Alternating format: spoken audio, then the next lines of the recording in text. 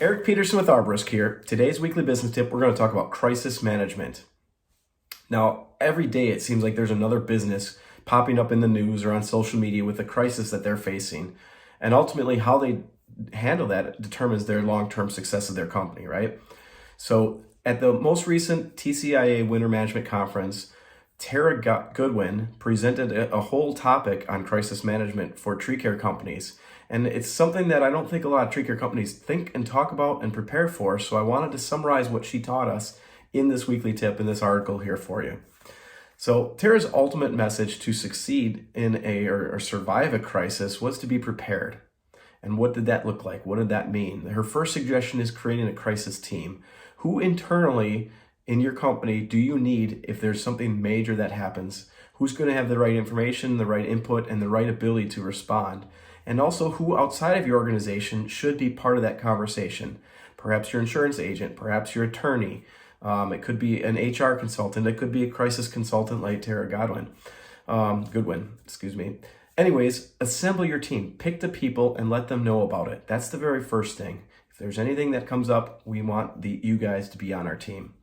The second part is actually, figuring out when you have to assemble the team, right? And she gave us four questions to talk about to determine if you have to engage in this. The first one is, will people that matter to our organization expect us to do or say something about the situation that popped up?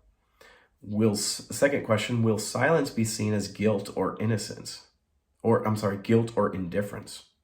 And the third one, are any others speaking out about the situation?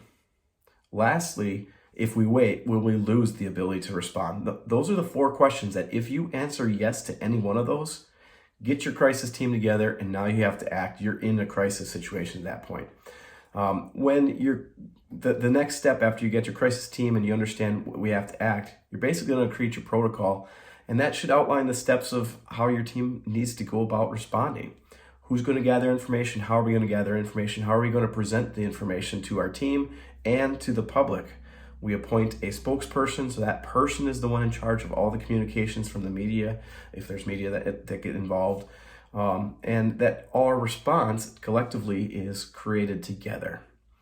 So really the whole thing is preparing before this happens. You hopefully never have to have this happen, but if you have a step-by-step thing, this is 1, 2, 3, 4, 5, what we're going to do, you'll be ready to act and be solid in your response so that you can build customer loyalty, build public trust, and not have it negatively affect your business any more than whatever situation you seem to be faced with.